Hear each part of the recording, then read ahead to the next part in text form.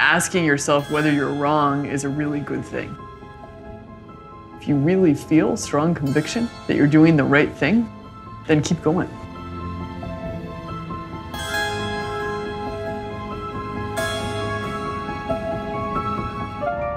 That ideology is shared by some of the world's most ambitious creators who flock to Northern California with a dream.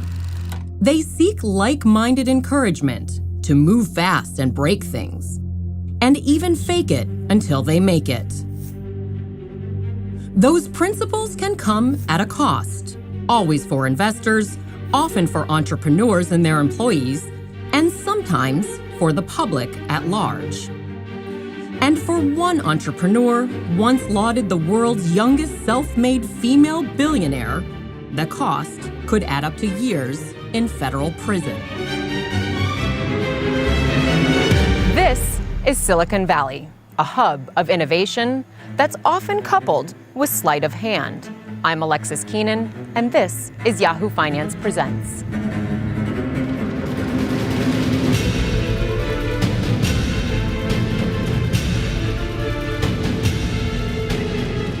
Nearly $1 billion gone bust, swallowed by the opaque Silicon Valley biotech startup Theranos, whose founder Elizabeth Holmes faces years in prison for a pitch pushed to extremes. I knew that I could do something that would be different than what everybody else is doing. She said her technology would revolutionize healthcare, miniaturizing a suite of common blood tests down to a few drops. The technique would democratize diagnostics, driving down cost to make tests so affordable that consumers could access periodic snapshots of their personal health over time. It was a story that Holmes told with unwavering conviction.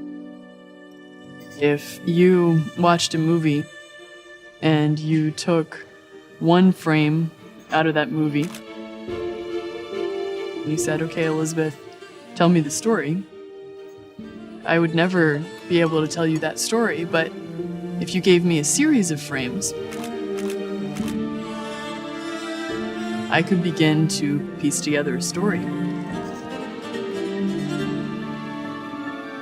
The concept captivated investors and media and turned Holmes into a startup sensation, though her stardust began to settle when the Wall Street Journal exposed frames of her story as technology overhyped.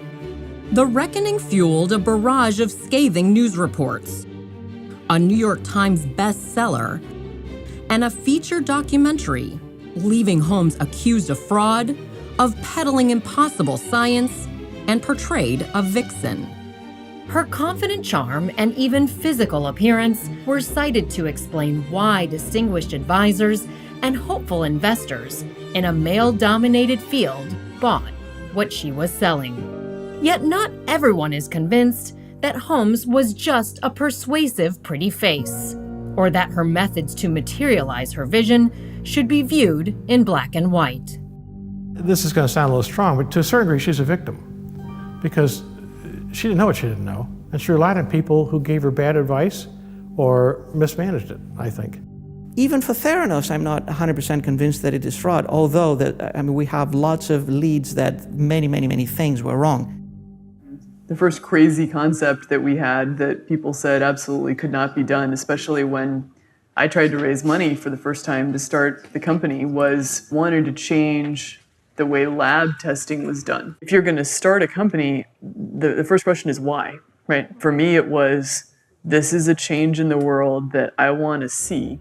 The change was never realized, at least not by Theranos. Instead, the company imploded under a raft of lawsuits, regulatory actions, and SEC fines, all targeting Holmes for promising more than she could prove. Yet holding Holmes to both criminal charges and such intense media scrutiny could ultimately be what makes her unique as a Silicon Valley entrepreneur and may overshadow her pioneering role in an emerging biotech field. The biggest concern I've had with the media was, and immediately after Theranos started falling apart, was there was a rumble of people saying, well, this was such a bad idea, this could never happen. Or actually, really, I think Elizabeth's vision was phenomenal, right? And I share the same vision, and so I really resonate with that. I think it is a good idea, and it needs to be, it needs to happen. It was all doable. I mean, that's the other thing. There wasn't any engineering problem that couldn't be resolved by the time I came in the company. There was refinements. I think with a different board, maybe with a different COO, with somebody to coach her and help develop her as a CEO and a spokesperson, I think a lot of this could have been avoided. In a culture that handsomely rewards innovators while embracing this fake it till you make it ethos, who deserves to shoulder the blame? Prosecutors say it's Holmes and her former boyfriend and Theranos COO Sunny Balwani for allegedly operating the once hyped blood testing company as a criminal scheme that defrauded investors, doctors, and patients. Others, including one of Theranos' earliest critics, say the answer is not as clear and take into account a system known to conflate optimism with reality. I suspect that there's many other companies that don't really have the ideas that they propose that they do that they have. They're still working on them. They haven't tested them out. They are probably over-optimistic, and maybe most of these ideas would fail. I don't think that Theranos is an exception in that regard. If Theranos is no exception, how strongly will criminal accusations hold up? And where will jurors draw the line between an entrepreneur's push for disruption and fraudulent deception? But I'm sure the courts are going to place a different standard on it than I do. But my standard is, if an entrepreneur makes a claim and you want to invest, it's your obligation to go validate all the claims she's made. She may have made exorbitant statements, but those could have all been corroborated before the money was invested. And in fact, if somebody had done the work to try to corroborate them, they would have found out they're really exorbitant. They're wishful, and they're futuristic, and they don't represent the present. If you invested based on those claims, you would have said, okay, that's fraud. If Holmes' strategy was to temporarily fake it, how different were her tactics from her Silicon Valley peers? When did the alleged charade begin? Why did financial backers keep her company afloat for more than a decade? And what lessons should future investors learn? The answers lie in a tangle of conflicting symptoms that can give investors reason for confidence as well as caution in the traditions of seed capital-rich Silicon Valley. Disruption often begins like this. An aspiring creator claims their vision for a new reality, then sets out to piece together the missing parts to their puzzle. What we wanted to change was the fact that when you find out you're sick, you're already too sick in many cases to be able to really change the course of the disease. The way you change that is that you have to reinvent every element of the system, which means you have to reinvent the tests, you have to reinvent the devices, you have to reinvent the software, you have to reinvent the locations through which the testing is provided, the pricing. So this was not a short-term business plan. And there's one place, perhaps more than anywhere else in the world, that fosters the rapid incarnation of these bold ideas. This is the Valley of Dreams, right? It's a unique situation. There's no other place in the world where somebody with a big idea can come and have access to capital, have access to all of the corporate services you need to get it off the ground. So people come here with big dreams. And I think Elizabeth had a great big dream. This region of resources, in its early days known as the Santa Clara Valley, was formed by generations of tech pioneers whose ideas were brought to life with the help of deep pockets. The Silicon Valley was just another little agricultural valley in California through the middle part of the 20th century. And the thing that changed it all was World War II and the Cold War. And the government did something that it hadn't done before. In the big way, it got into the research and development business, and particularly put an immense amount of money into research in electronics and computing. It was decades before the blockbuster successes of Valley Tech icons Steve Jobs, Bill Hewlett, and David Packard when the Valley's founding fathers put the federal government's money to use. The startup that brought silicon into Silicon Valley was a short-lived operation called Shockley Semiconductor. And the person who founded it was William Shockley. He was a co-inventor of the transistor. A veteran of telecom behemoth Bell Labs, Shockley realized the power of silicon to miniaturize transistors that by the mid-1950s helped power the world's first microchips. And so the Valley gets more and more significant in the landscape of tech. By 1957, Shockley's team founded its own startup, Fairchild Semiconductor. Instead of turning to the federal government, the group made a radical move and looked to the private market, securing funding courtesy of East Coast investment banker Arthur Rock. Arthur Rock later becomes one of the most legendary venture capitalists in Silicon Valley history. That same year, the microchip earned a reputation as indispensable as the Soviet Union launched its Sputnik satellite, the first artificial Earth satellite, beating the U.S. into orbit. This basically lights Washington, D.C.'s hair on fire. And all of this money starts getting invested in rockets and missiles and technologies to get things and people out into space and ultimately to the moon. In shooting for the moon, the influence of Santa Clara Valley technology and the investment dollars it attracted were forever altered. The region had officially left behind its agricultural roots to become a tech and investment hub. A next generation would prove what silicon could do, not just for big business and government, but for the individual. Who has all the computers? The establishment, the government, big corporations.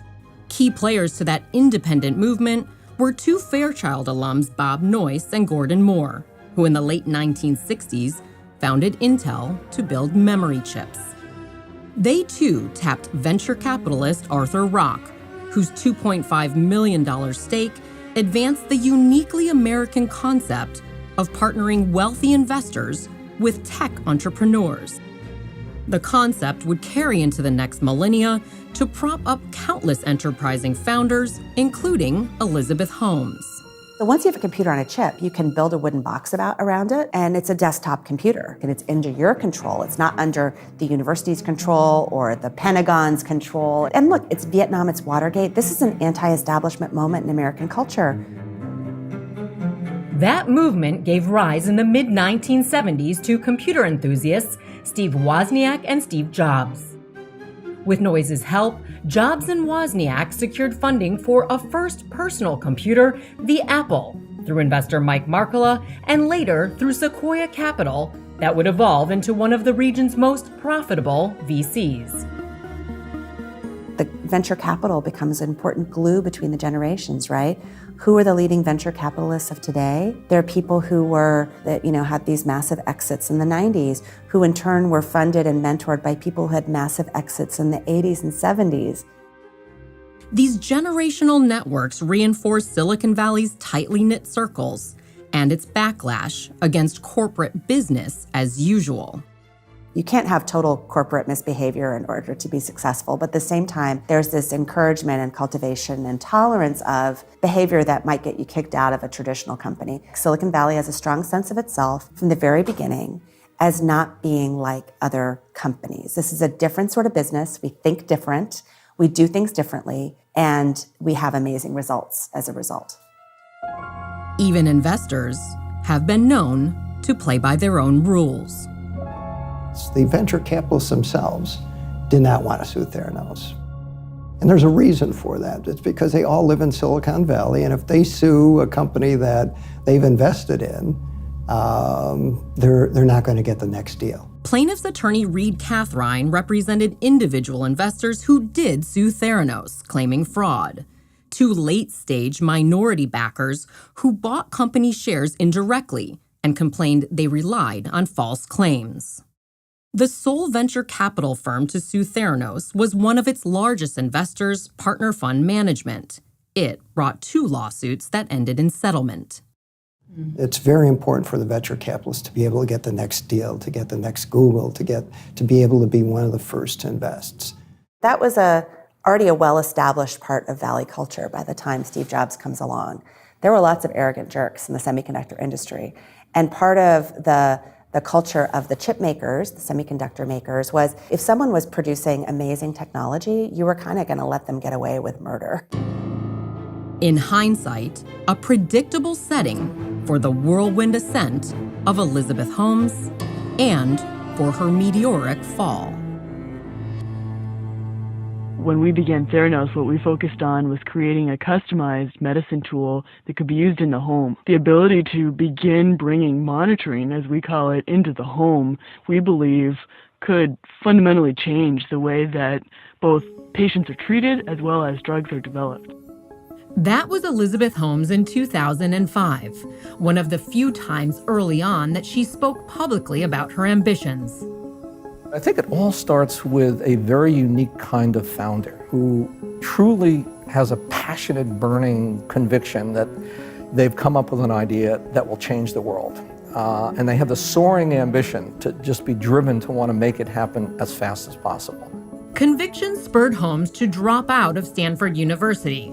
In 2003, the 19-year-old traded in life as a full-time undergrad for life as a full-time CEO. I'd always believed that the purpose of building something, building a company, is to make a difference in the world. And I got to the point in which I found what I felt like I was born to do. As if ripped from a playbook for Silicon Valley superstardom, Holmes' early college departure followed in the footsteps of Oracle's Larry Ellison and Apple's Steve Jobs. Another Holmes-era dropout included Facebook's Mark Zuckerberg, who in 2004 cut his time short at Harvard. There was a lot of money left over from the dot-com boom. You have PayPal being acquired by eBay, turning the founders of PayPal, who become known as the PayPal Mafia, into multimillionaires. And that includes people like Peter Thiel, Elon Musk, Reid Hoffman, Jeremy Stoppelman, like all these people who go on to found other companies in the Valley. Who didn't graduate college and left college at 19 years old? We have Bill Gates, we have Steve Jobs, we have Mark Zuckerberg. Holmes filed her first patent around the same time she sidestepped her college career. A wearable monitor with skin-piercing microneedles to detect biological red flags and deliver therapeutic drugs. By the next year, in 2005, investment capital was rolling in. Now, how much money have you raised thus far in venture capital funds? We raised just over $6 million, and then we've also raised money from private investors. Factoring for inflation, the figure dwarfed even Apple Computer's first money raise in 1977, a $250,000 investment, much of which was structured as a loan. With many fewer strings attached, investors bet big on Holmes. Yeah, so in the beginning, it was Don Lucas, very seasoned venture capital guy. I'm sure I don't know the details, but I know Don's reputation well enough to know he probably did excellent due diligence. Well, the first guy really was Don Lucas Sr., who had originally been an investor in Oracle. But at this point in time, I think he was sort of not fully paying attention to what's going on. However well vetted, the apparent confidence was contagious. Billionaire venture capitalist Tim Draper backed Holmes, as did billionaire Oracle co-founder Larry Ellison. What was fundraising like? Finding the right people to invest in you, I think, is everything. To find the right people, Holmes didn't need to look far. Draper had been a family friend, and other deep-pocketed investors traced directly to Holmes' alma mater. Stanford's biggest, most important product isn't tech, it's people. Look through the whole genealogy of Silicon Valley, starting with Hewlett and Packard, who were Stanford students there in the 30s. And you have access to incredible resources, professors, business people coming to campus. Modern Stanford has become this town square for billionaires, right? It's this place where you rub shoulders with incredibly successful people, and they're telling you, this is how you can be like me. The exclusive access held another secret to Holmes' initial success. Prominent backers gave rise to an impressive board, including former U.S. Secretaries of State Henry Kissinger, the late George Shultz, and former Secretaries of Defense William Perry and General James Mattis. Like, the only person missing from your board is the Pope. How did that happen? Was it like, I'm just going to write to Henry Kissinger? These kind of caliber of people who are in the public eye, but probably not so easy to ring up. In our case, those were people who I had the privilege of getting to know and in many cases working with for, in some cases, a couple of years before we asked them to join the board. Once one got on board and was sold by, the others were sold by him. They're all related to the Hoover Institution for the most part. Which is stocked with former heads of state and very powerful people, people who've had incredible political careers and military careers, who also have, in turn, connections to the business community and instill credibility on a very young, untested person. For all its privilege, the early board was mostly devoid of expertise in diagnostic testing, biochemistry, and molecular biology. At least in its initial composition, practically they had no scientists who were relevant to the topic of what that startup was about. They had powerful people who could really sway power across many constituents and probably facilitate investors to send their money to Theranos and open lots of doors and gain publicity. But they had no science. They had no science, and they had no board to tell them that they have no science. One exception was Holmes' college mentor and first director, then Stanford Chemical Engineering Dean and Professor Channing Robertson.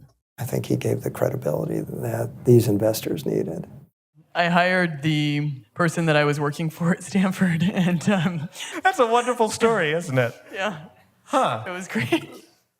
Like entrepreneurs before her, Holmes tweaked her concept along the way. Within 2 years of leaving Stanford, her patent applications included a portable analyzer that would quickly and inexpensively test biological fluids, including blood.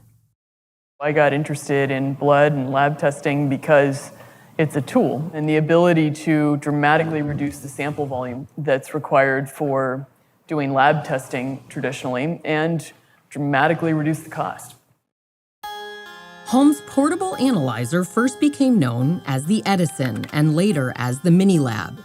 In its first iteration, the device would cater to pharmaceutical companies to test adverse drug reactions in clinical trials.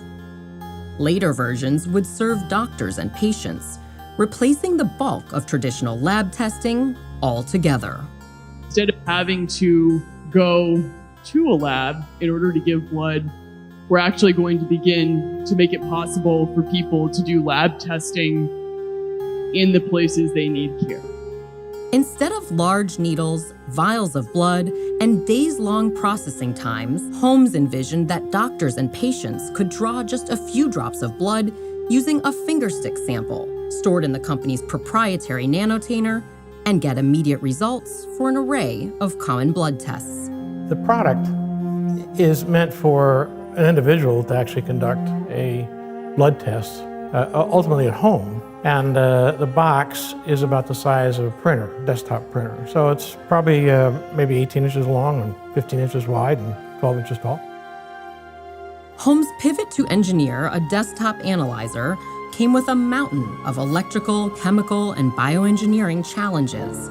The vision was so ambitious that critics, including Theranos employees, said it couldn't be done.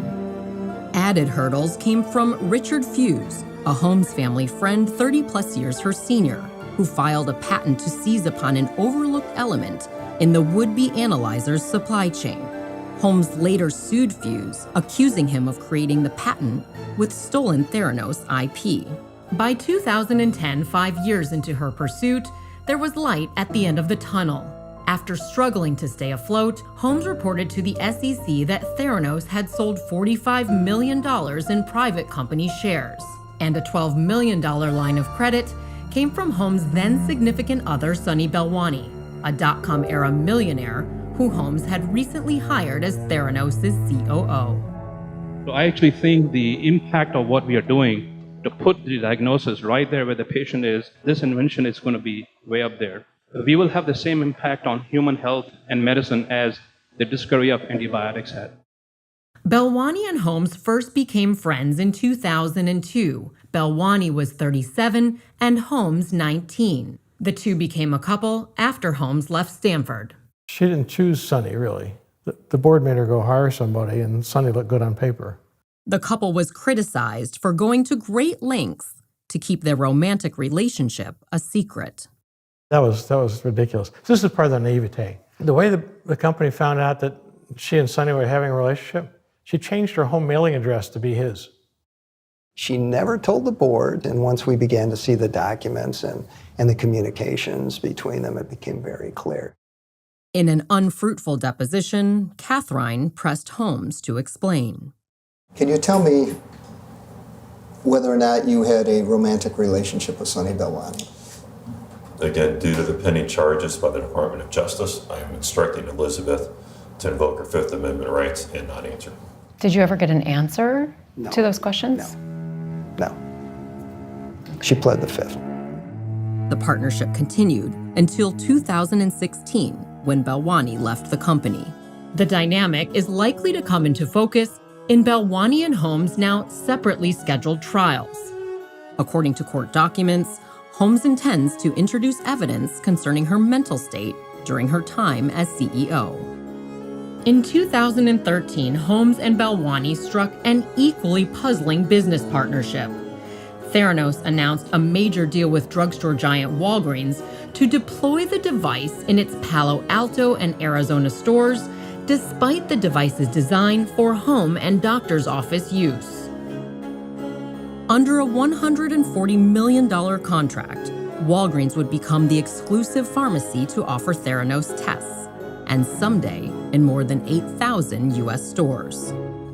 Walgreens got enamored with the notion of putting one in every store so that you as a customer could come in and have your blood test done while you shop. In a carefully worded press release, the companies said consumers can now complete any clinician-directed lab test with as little as a few drops of blood, with results available in a matter of hours. It went on to say that blood samples would be drawn either from a tiny finger stick or a microsample using traditional methods. The Walgreens partnership made Holmes a darling of business and tech media. Her story catapulted to the covers of magazines and to the front pages of newspapers. Under Holmes and Balwani's management, in 2014, Theranos' funding spiked to $400 million. She was on every cover looking her Steve Jobs best. Everyone called her the next Steve Jobs, and it was just wonderful. I mean, I don't know a CEO who wouldn't kill to have that kind of positive publicity. Wired first reported Theranos' analyzer could perform hundreds of blood tests, and as many as 30 from a single drop. Holmes soon boasted to Fortune that 70 different tests were possible from a fingerstick sample, and that Theranos offered more than 200 common tests. The bold claims elevated Holmes to her first cover feature. I was the editor, Tim was the story editor, and Roger Parloff was the writer. And we were excited about it. It sounded, just like everyone else said back then. I mean, this was like the next big thing, and there was a lot of enthusiasm about it and a lot of interest, certainly.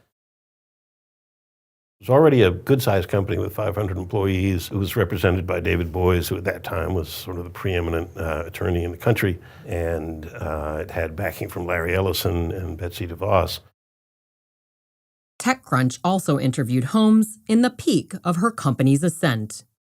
This is the amount of blood that's needed to draw to do a test. A lot of private companies were getting a significant amount of funding, so I think valuations were just high across the board, and there was a sense, there was a lack of circumspection, I guess, around what was going on in the industry. Forbes followed suit, publishing a cover feature of its own. They were kind of saying she may be the next big thing, like visionary, guru, Silicon Valley, big deal, young. A lot of CEOs, sometimes they can be very controlling, and she just had none of that. I think even at that point, Forbes was already telling me that she was apparently America's youngest self-made female billionaire. The coming out party lasted nearly 2 years, as Holmes purported to disrupt the multi-billion-dollar diagnostics industry dominated by companies like Quest, LabCorp, Siemens, and Abbott. Meanwhile, Walgreens customers relied on Theranos-branded tests, and the company's valuation soared to $9 billion.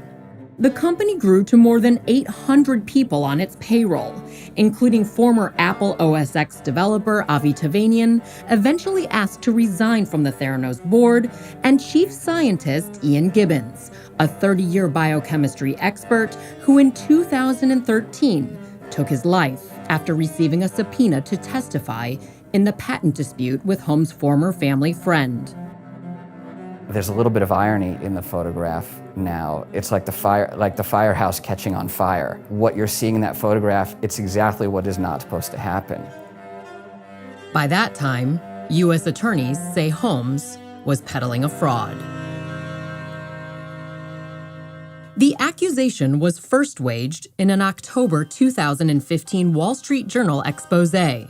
Reporter John Carreyrou skewered Holmes' claims that her technology could accurately process hundreds of tests using the fingerstick technique. It really wasn't until John Carreyrou's story in the Wall Street Journal came out that we had any understanding that there was less here than met the eye. Whistleblowers who informed Carreyrou's reporting compounded the damage, claiming the analyzer returned enough false positive and false negative results that the company was forced to run all but one test on traditional equipment made by the very companies Holmes aimed to disrupt. Even if you could test blood on third-party equipment, they were diluting that blood on equipment that was not made for diluting that blood. Their defense was, well, we did have the technology, and it was not on our box, but it was on third-party equipment in their testing and in their quality assurance and all the things you're supposed to do at a lab. They were, if the numbers didn't work out, they were playing with the samples they used, and it's questionable.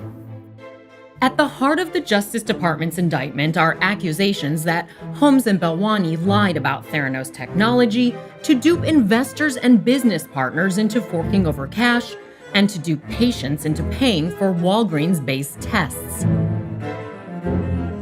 Claims further examined in Carreyrou's nonfiction book, Bad Blood, and in Alex Gibney's documentary, The Inventor. Well, and the question is, did she know she was perpetuating a fraud, or was there something more mysterious going on? I think she is afflicted with what the police call noble cause corruption, meaning, simply put, it's like the end justifies the means. Holmes and Balwani's knowledge will be key to their defense, given prosecutors' burden to prove intent, a non-negotiable element required to obtain a conviction. Well, that's what makes this a difficult story to draw conclusions about in terms of investment fraud, because I don't think anyone disbelieved this story, including Elizabeth Holmes, at the outset.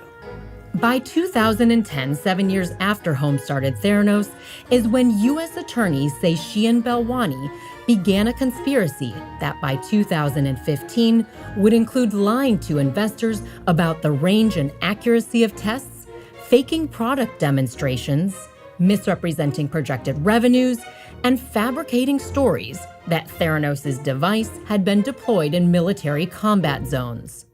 By 2013, prosecutors say the two knowingly promoted and delivered tests likely to contain inaccuracies and falsely represented to investors that the tests did not require FDA approval, a point Holmes has contested, along with pleading not guilty to criminal charges. When I started, they had scrapped the Edison device, so we were working on the next generation, black box. It was 2015, a month before Carreyrou revealed what Jocelyn Bailey and other Theranos employees already knew. More than 90% of Walgreens-based tests use neither the mini lab nor tiny blood samples, and instead came from traditional larger volume blood draws processed by traditional analyzers made by Siemens. Bailey's job was to develop immunoassays, a common type of blood test intended to run inside the mini lab.